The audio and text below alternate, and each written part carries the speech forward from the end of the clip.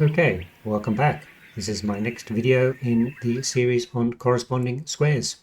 And amazingly, I'm still looking at this little triangle formation and different positions on the board. And different position on the board, you get different results.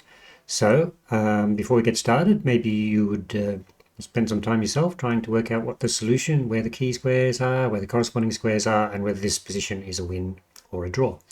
So just to remind you though, after you've done that, is we've seen two positions very similar to this one before. Now the first one was with all the pieces one square across. That was the original Grigoriev position we looked at in this using this triangle formation of pieces.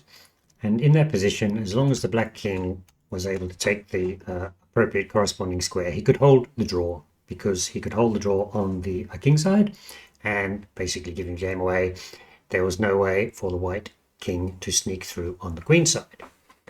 Then after that, we considered the position with all the pieces moved one square forwards. In fact, it was more like the pieces were over there.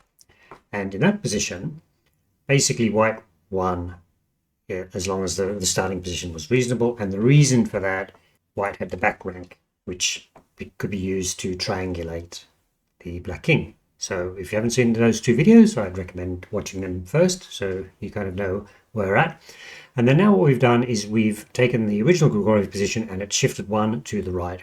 And the key here is that actually leaves the A file open as an approach route. Let's see how that happens.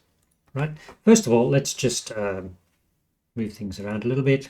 Right. So I've already marked up the key squares like that.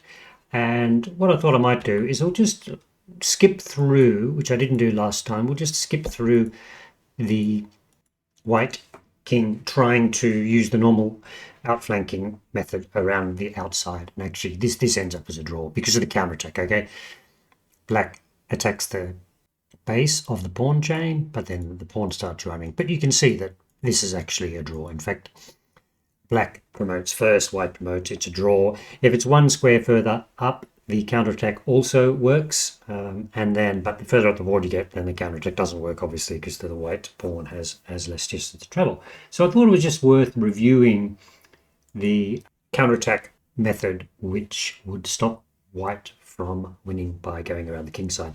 So now let's put the relevant squares on. I seem to have lost my key squares, put them back on. I did mark A3 before. It is a key square, but we'll see why in a minute. And then we do the corresponding squares. Okay, we've done this before. We'll go through it relatively quickly. F1 matches G3. Black has to cover the key squares. E1 matches F3. Has to cover the key squares, but also has to match as white starts running to the queen side and gets over to the square B2. And when you get to square B2, black has to be able to answer that with C4. Now we also had this extra square here, which was kind of the square both players could use, and there was some triangulation opportunities. Okay, we've marked that out. Obviously the A file will leave as a question mark for a moment and see what happens. What we're going to do now is switch over to bring up my page on Keres, and let's go through his text on this. I always like Keres, has a lot of prose rather than just lines. So bottom of the column there, white to move wins easily with king E1, king G3, king D1, etc. But even with black to move, white wins because his king now has the use of the A file to penetrate down the queen side. So I'm just going to have to quickly change the person to move. Okay, so now black is on the corresponding square. Sorry about that, a waste of time.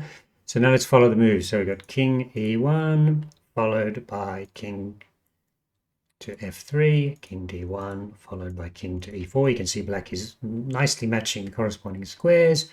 Next thing Keres says, before continuing the line, is one file to the left. As we have seen, this position could not be won, but here matters are different. Okay, so now we continue. King C1 is the text, king D5, king B2, king to C4, all looks good, and then now what happens? King A3, let's mark that as another corresponding square. And if you look at that position, let's move there. We are now threatening to capture a key square. We're also threatening to go back to square 5, run back to the king side, or indeed perhaps the other key square. And we are also threatening to run this way, which is the sort of standard shouldering outflanking technique. And what can black do?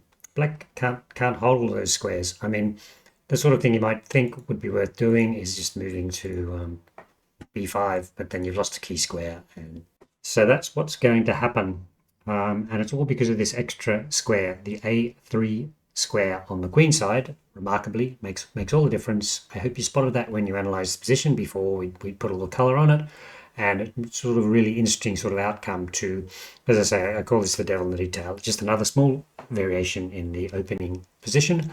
And using corresponding squares, you can find these different results. So this position, basically, white will win as long as the king positions are reasonable. So just to wrap up, I might quickly, my Venn diagram, there it is. Let me close Keres for a minute.